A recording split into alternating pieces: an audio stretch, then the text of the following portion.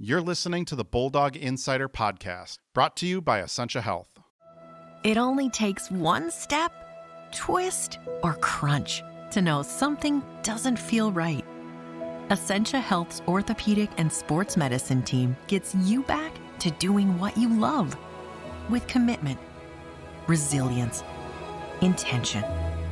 We're here to keep you moving forward. Visit essentiahealth.org to learn more about orthopedics and sports medicine, like nowhere else.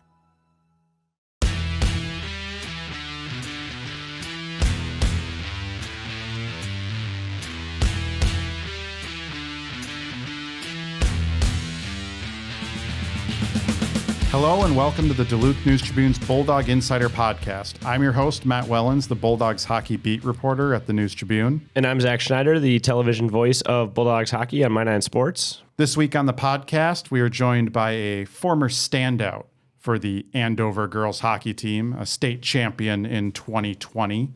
And she is recently retired from playing hockey with the UMD women's hockey program. Welcome to the podcast, Gabby Krause. Hey, guys. Thanks for coming on, Gabby.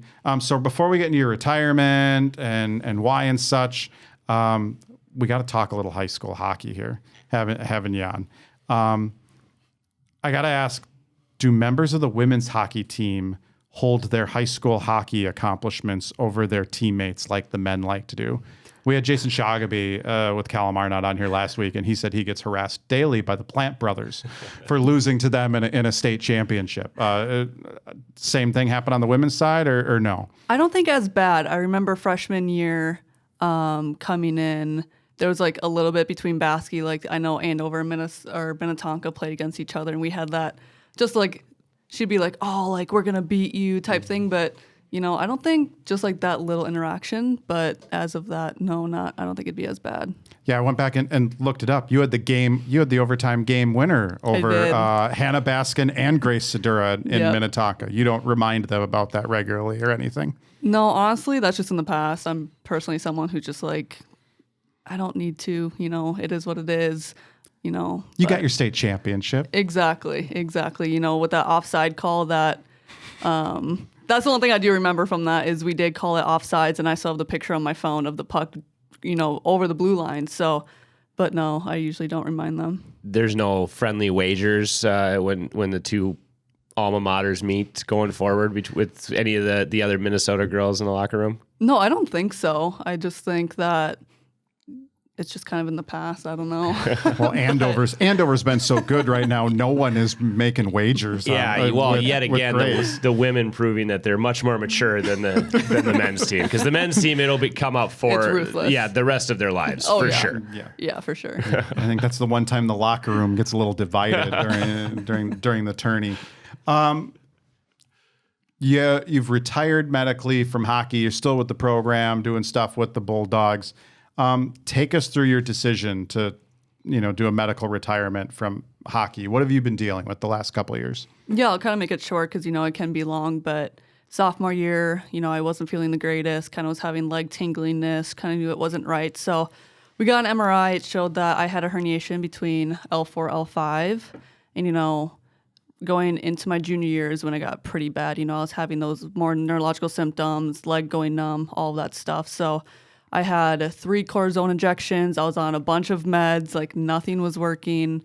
It got to the point where I was only practicing non-contact the day before games and then practicing in the games. And then I wouldn't touch the ice again until the day before a game again. So that just isn't something that I wanted to go through. I couldn't even do my laundry, couldn't put my shoes on, couldn't walk. And so with that stuff, I had a lot of neurological symptoms, like I said, but with my appointments with my neurologist, he said, like, long-term rest is what's going to be best for you. And that was in December. And I said, well, I can't do that. I have to finish out the season. So last season, I had to decide to get surgery or to quit playing. And, I obviously chose surgery because I didn't want – the goal was for me to play this year. Yeah. And so I got surgery. I was playing better than I ever had before or feeling sorry. I still feel great. My bad days now is like a really good day I would have had before surgery. And so then I got cleared for high intensity stuff, and my neurological symptoms came back. And I was still non-contact in practice. My leg was going numb 2-3 minutes into on-ice conditioning because, I couldn't do any conditioning in the workout room because it was bothering me. Leg was getting really fatigued during high intensity practice, and I was still non-contact, like I said, and it's just that was kind of a red flag for me. And so you just kind of throw in playing in the WCHA. It's so fast, so physical. You're going to get beat up, thrown around, and I just think that it would have been a repeat of last year, and that's just not what I wanted to go through. I don't think I physically could. You said L4 and L5. That's like in your spine, right? Yeah, what they said to me, it's like a little jelly disc, and so every time it compresses, it like pops out and it presses up against my nerve. Okay, so the issue in those discs in your spine is causing problems left and right throughout your entire body. Yeah, which is why you're seeing a neurologist and everything like that. Yeah, like it got to the point where we tried to limit my ice time last season. I was popping in and out of third line, and Shu, our assistant coach at the time, would be okay third line with GK, and I would acknowledge her, and I would see double of everything. Like I didn't know what shoe I was looking at because I would be in so much pain. Like I don't think my teammates obviously know how much pain I was in, but I don't think anyone truly knows how much it was because I try to hide it because I don't need people feeling bad for me or anything. Because you're a hockey player. Yeah, you're tough. So I was gonna say the feeling bad. For me, that's the Minnesotan in you. The hockey player is the toughness trying to play the game. I'm wondering what changed. Maybe you had mentioned last year, either get surgery or stop playing. You decide to get surgery to keep playing. Was there an option to get surgery again and keep playing? Or was this just like, all right, we tried to fix it, it didn't work? Yeah, so to my knowledge, I still do have a little bit of herniation. So that's why I'm still having those neurological symptoms with that high intensity stuff. But it's not nearly as bad as what it was before surgery. It's just enough to still bother me. So, I could re-herniate it by picking up a pencil. It's a very high chance that I do have to get surgery again. But right now, it's just not bad enough. What were those conversations like with Shu and the coaching staff and even your teammates? I mean, obviously everybody wants the best for you, away from the ice and the rest of your life. But I'm sure it had to be tough because they were hoping that you were going to come in and be healthy and could be contributing to this team. What were those conversations like when you had to tell everybody that this was the way you had to go? Yeah, it was definitely super hard. I remember. Because the one thing that has helped a lot is my trainers told me straight up. Once I told them I was having my neurological symptoms again, they were like, we can't tell you this, but it's a red flag for us. This is like medically retiring could be an outcome. And so with that, I've already made my decision pretty much after they told me that. And so I was very open with my teammates, like, hey, I have a neuro appointment.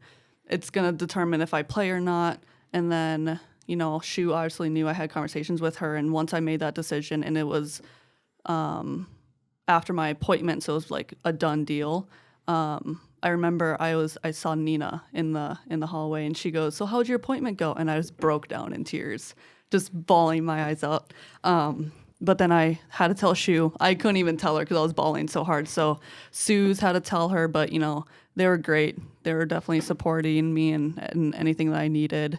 But yeah, I couldn't have done it without them personally. So you said earlier when we were talking about the high school part of this, that you're somebody who doesn't think so much about the past and just whatever you're dealing with right now, but this is still fresh and new. So watching the team play, those initial conversations are tough. And is it going to be like that this whole year for you? I mean, what are the feelings and the emotions like now when you're in the press box watching this team play games the rest of this year? Yeah, before the podcast, I was talking to you guys about how I'm just an easygoing personality. So I think that has definitely helped a lot for me.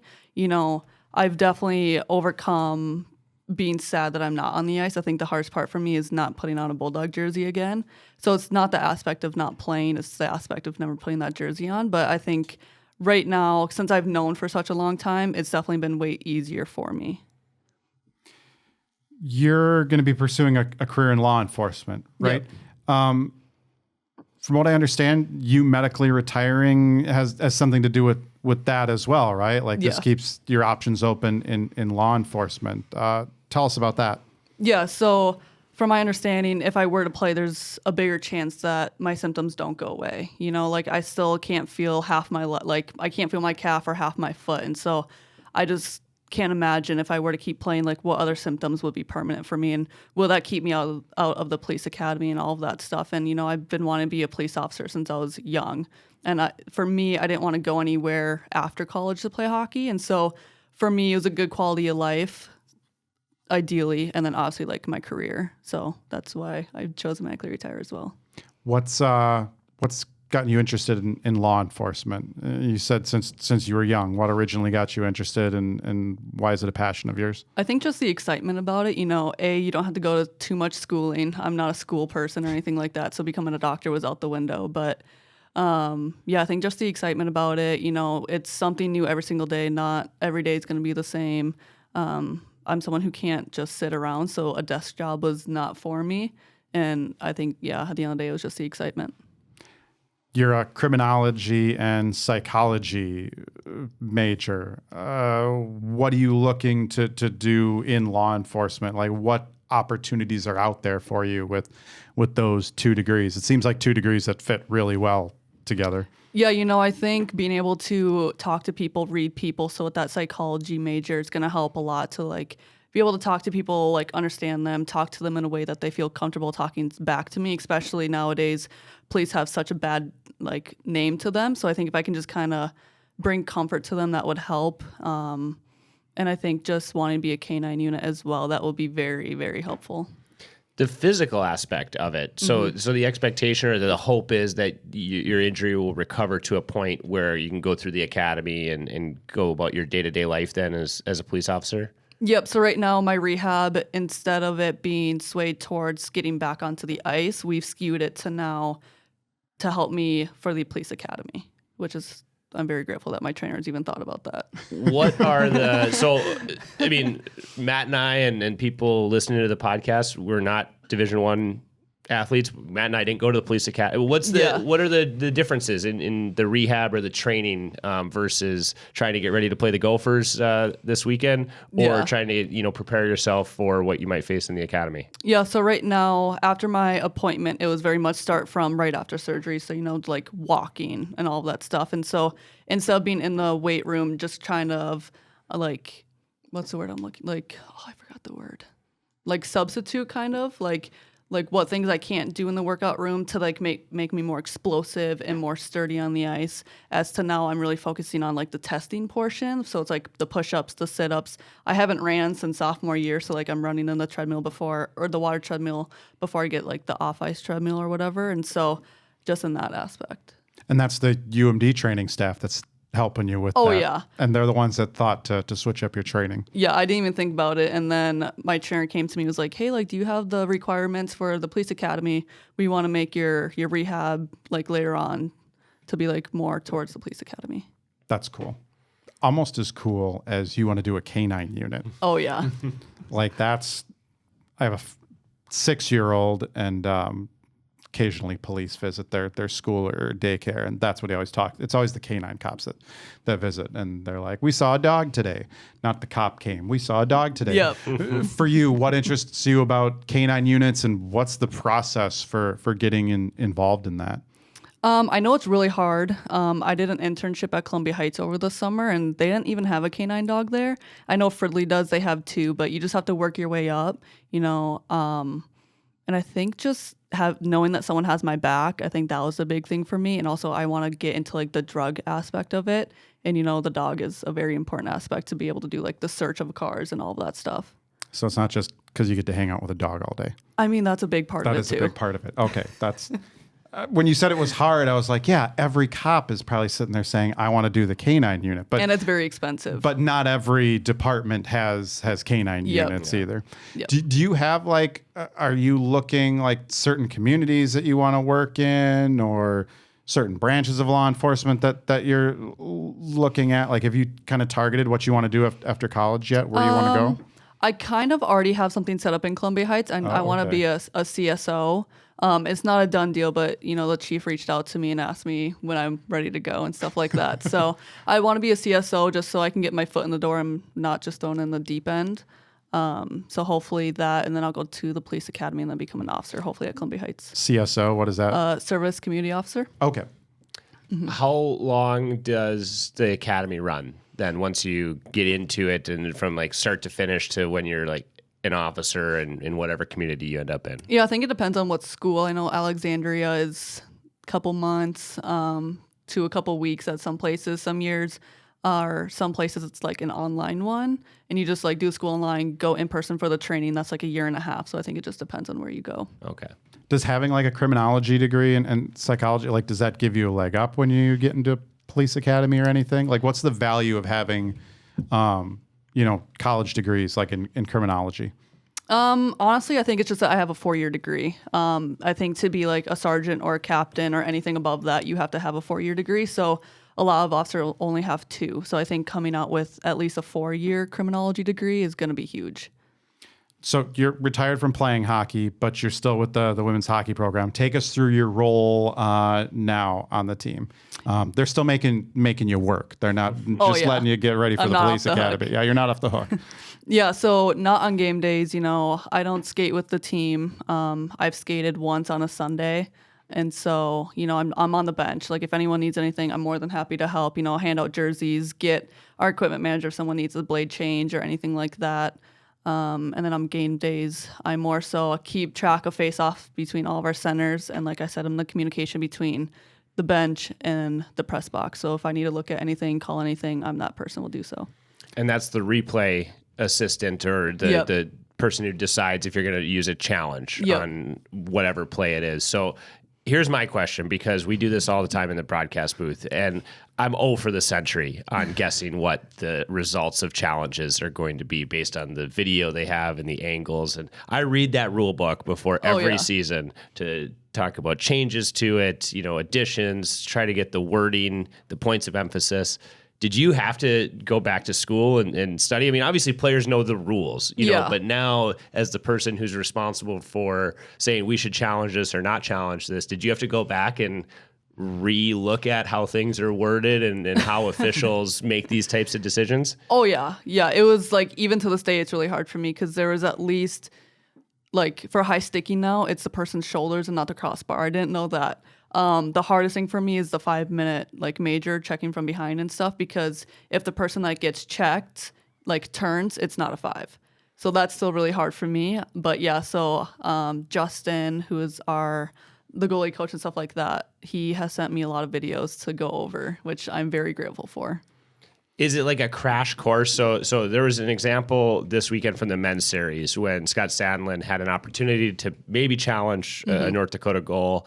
From what he was told from the officials, he said, well, I'm not going to waste my challenge. You're not going to overturn it, even though I disagree with what you're telling me. I don't think it should count, but I'm not going to waste my challenge for that. So is there like a crash course into like what you think, the 20 of you sitting on the bench might say, oh, that's a 5-minute major for sure. But then somebody has to say, well, they're not going to call it because of X, Y, Z. So it's almost like you have to remove yourself from the emotion of being a player. Has that been easy for you, or is that something that's going to be like a process? I still think it's going to be a process for me personally. I think the good thing for me is there's 2 other people with me. So if I do kind of hesitate, like, is it not? Like, am I too emotionally involved? Like you said, I at least have 2 other people who haven't been players for a while to be like yes or no. And it has to happen quickly. You don't have 5 minutes to do this. It has to happen with basically within 60 seconds is the longest that you have to look at these things. And our feed is like 40 seconds behind the play. So it's just, I'm like always pressing the forward button, like, come on. So has there been anything since you made the switch that you looked at? I don't know. Have you challenged anything? I have. Okay. And I'm 1 for 1. 1 for 1? What was it? It was Grace Sidura getting checked from behind during Wisco. So. Yeah, and checking from behind used to be like a clear cut, and now they made it more gray area. Yep. Which my experience is the more gray area, the more clueless we all are. And it's up to a referee's interpretation and such. Goaltender interference. no one knows what it ever is. Nope. That's a good thing is at any level of hockey, no one knows. Yeah, or because the goalie coach, he's really good at that stuff. So I'm like, goalie interference or not? So Yeah. Well, the goalie coach is going to say everything's goalie interference. That is true. You ask a goalie, everything's goalie interference. Can't do better than 1-for-1 though. So Yeah, I a know. good start. I know 100%. Did they so score on far. the power play? Do you remember? I don't remember. We'll have to go back and look. Yeah. I think we we're might gonna have. keep track of Gabby's like video assists for the rest of the year. We have to create a category, right? I would love to see what it. it's Yeah, like. her points are based off of video. I think so. Review stats. I love it. I love it. All right, we're going to take a short break. When we come back, we'll have more with Gabby Krause. You're listening to the Bulldog Insider podcast, brought to you by Essentia Health. Hi, I'm Maria Lockwood, a reporter with the Superior Telegram.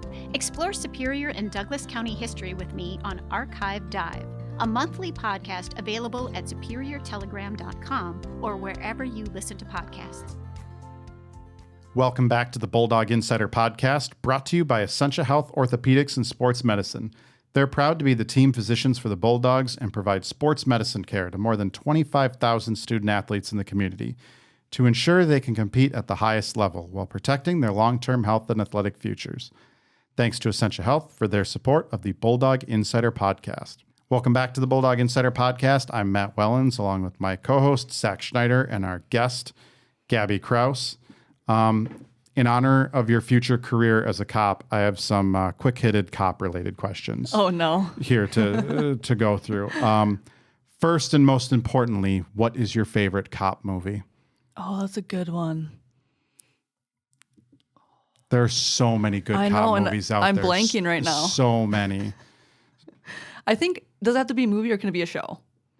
Well, that was my next question, was Oh. best cop TV show. The Rookie by far. The Rookie's your favorite TV Yeah. show? Okay. Oh, yeah. My wife was real big into that one. But these are I have my top 5 plus honorable mention. you? My top 5 cop movies. I told you, Zach, but you obviously didn't read the email that I said, bring your top 5 cop movies. No, but I have mine. You have Yeah. yours? Yeah. Okay. So these are my top 5. The Departed, Fargo, Super Troopers, The Fugitive, and Reservoir Dogs.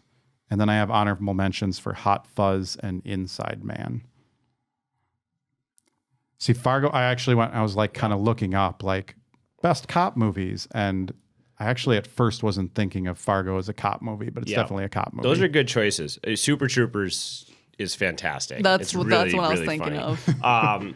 Well, it's tough in cop movies, right? Because you could actually divide like serious, like drama versus cop movies. Yeah. So Comedy. Like someone's going to bash me for not having Police Academy in there. That Yeah. should probably also. Yeah, and I don't want to start a debate, but I mean, so this movie is part of another debate that we'll come up to here in about a month or so. But Die Hard is my best cop movie. That's The your one best that cop instantly movie? I came can't to- argue. came I to can't mind. argue with that. And then the other two that I really like are The Other Guys and The Nice Guys. Okay. Two really, I don't even think they're underrated because The Other Guys, Will Ferrell and Mark Wahlberg, that's a pretty popular movie. But The Nice Guys, I think, is kind of an underrated. It's got Russell Crowe and Ryan Gosling in it, and very, very funny. I've never seen it. I'll have to go watch it when I get home. Yeah. So your best cop TV show is the Rookie. I was going to Yeah. ask, what's the best Law and Order? Or are you not a Law and Order fan? No, I'm more of a Criminal Minds person. Criminal Minds. Yeah. Okay. Great show. All right. So good. Yep. Don't watch it before bed. No. Or are you one of the Oh, people? I am. Oh my god, I can't stand it. The Criminal Minds. Like, let's watch it at 9 o'clock. And before bed. I do remember, there was like Ion or My 9. One of those that- stations used to always show it like at 9. Well, it doesn't matter when it's on, but it's like watch something, light and airy before bed. Like that's like a Sunday afternoon where you have time to reset. It's just such dark It is. storylines in It some is. of these shows. By the way, the correct answer for best Law and Order is SVU, like hands down. Yeah. That's The original one. Law and Order SVU. Yeah, because now isn't there like a bunch of other ones Are that there spin-offs to SVU? aren't there? Aren't there like I don't 20 know. Law and I don't Orders know. out there? I don't know. But There's a lot of Law and Orders, but SVU is the best one. Wyatt, do we got a mic hooked up for you? Do you have a favorite cop movie? Well, if Reservoir Dogs counts as a cop movie because there is technically a cop in it, then I'm going to say There's lots of cops in then I'm going to Reservoir Dogs. say The Dark Knight.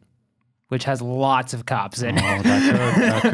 And You could qualify that. Yeah. I'd argue that's more of a No, I'll let- detective movie than a superhero movie in that The Dark specific Knight. one. Yeah. I'll give you that one. Yeah.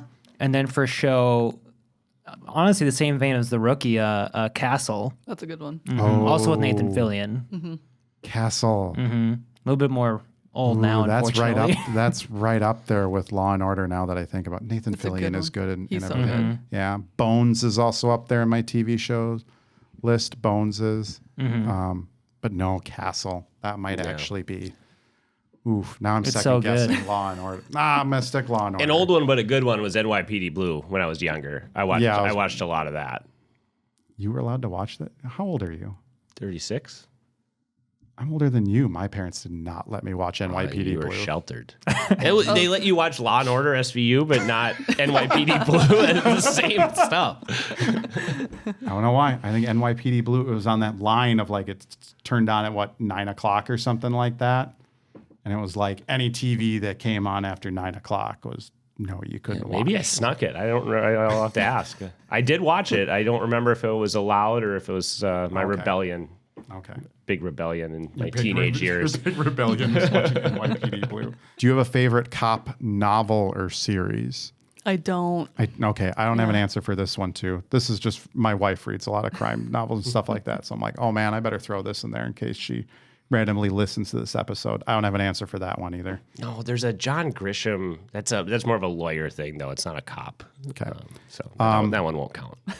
Best fictional cop in movies, TV, or novels? I'll have to think on that one too. Boy, you should have sent these ahead of time. I know. I should have. Well, you sent them to me. You should have sent them to her. you. I didn't should read have sent it. them to Gabby would have come prepared. Should have. I mean, my answer would be Olivia Benson from Law and Order SVU. Yeah, I'm going back to Die Hard. You're going back to Die Hard? Yeah, because you can. I'll watch those anytime, anywhere, even on Christmas. It's also a Christmas movie. It's also a Christmas movie. Yeah, we can debate that later. It's a cop movie and a Christmas movie. Cop movie and a Christmas movie? Okay. So, Gabby, you don't have a fictional cop out there that you like idolize? I'm gonna go with the head of The Rookie. I think Okay. it's Nathan Fillion. Oh, yeah. So Yeah, definitely. That's Yeah, good. That's a good one. Which teammate, past or present, would make a good partner as a cop? I know you're looking to have a dog as a partner. Yeah, so who's the runner-up? If you couldn't have a dog, what teammate would you want as your partner?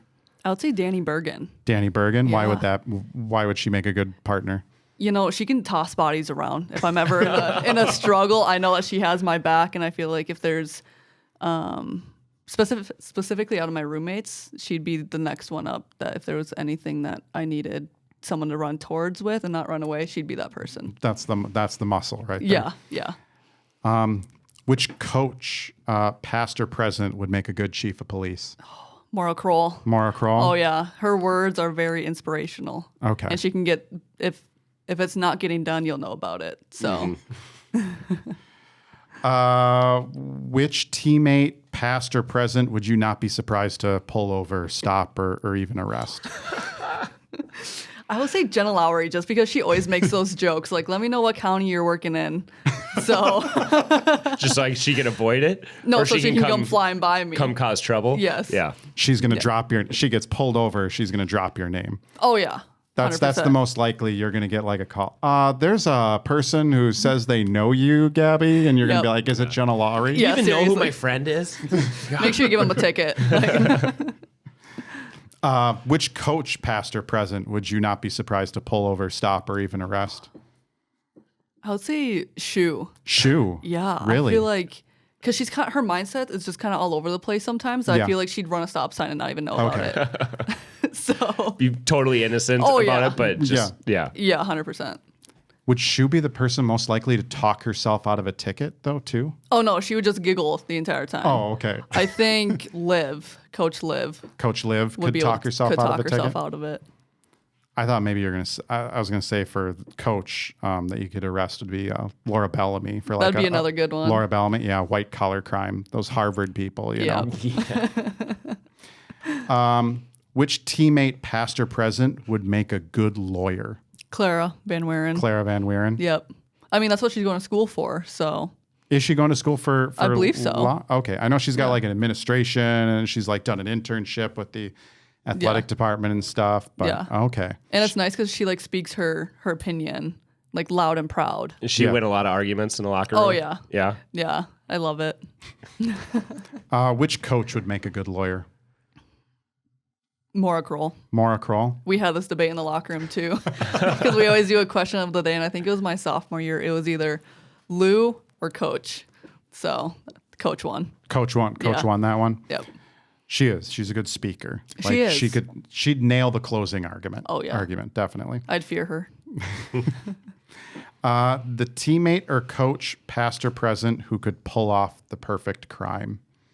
I'd have to go with myself. A lot of people say that. So Do you guys study in criminology like the perfect crime? honestly, there's not a lot of classes towards the police. It's more Really? so like corrections and stuff like that. Okay. So We'll have to keep an eye out when you're hired about any inside jobs. Yeah, That are, and then seriously. Departed is like, I mean, that whole movie's about an inside job. Yeah. So yeah. What is the perfect crime, Gabby? You know, if I didn't like you, I'd slash 3 out of your 4 tires because the insurance won't cover it then. Whoa. Really? Yeah. All 4 need to before it becomes an insurance thing? Apparently, that's what I heard. Or you put like a Jolly Rancher and put it on the window, it like shatters. The only way it comes off is you have to shatter the window. This is why you listen Wow. to the Bulldog Insider podcast. I This didn't is an know educational either podcast. of those things. Did you? No, or I apparently, didn't. if you put like bologna on a car and Did- like the hot, it'll take like the paint off. I've heard that one. Yeah. I've heard like same with like eggs or whatever will ruin your paint and stuff like that. Does it have to be cold out when you put the Jolly Rancher on the windshield? Like what's the science behind it? Do you know? I don't know. I'm gonna have to Google it. Yeah, I could be wrong. Who knows? I just heard it somewhere and I've stuck with it. It's just I try it, it just sits there. Yeah. I'm gonna walk up to one of my neighbors that has like an old car sitting out back on blocks and be like, "Hi, can I put a Jolly Rancher on your windshield? I just want to see what happens." Yeah. All right. That's all the time we have on the Bulldog Insider podcast. We got to cut it off there. We are going to go down some really weird, strange rabbit holes on here. Gabby, thank you so much for coming on and sharing your story with us. Well, thank you for having me. It was a lot of fun. You can find the Bulldog Insider podcast on Apple Podcasts, Spotify, YouTube, or wherever you get your podcasts. Like us, subscribe, and rate us. For more Bulldogs hockey coverage, visit DuluthNewsTribune.com/Bulldog Insider. Subscribe to gain access to all of our coverage all season long. Zach, the men are at Miami of Ohio this weekend, not Miami, Florida. The women host a big series against the Golden Gophers. What's the TV coverage look like? We've got the women's games, 6 o'clock Friday night, 3 o'clock Saturday afternoon, both of them on My 9, and we'll hope, well, I don't know, are we hoping that there's video challenges or hoping that you're pretty bored? Honestly, pretty bored. Okay, because I always hope for no video challenges. They take a lot of time and they're confusing as all get out. They so are. let's hope for no video challenges in that weekend series against the Gophers. Yeah, I'll second that. It just makes me feel stupider after. I think Yeah. I know what Gabby's it is. 1 for 1. I'm like 1 for 117 or something like that in my career. Thanks to our sponsor, Essentia Health, for their support of the Bulldog Insider podcast, and thanks to all of you for listening. We'll catch you next week.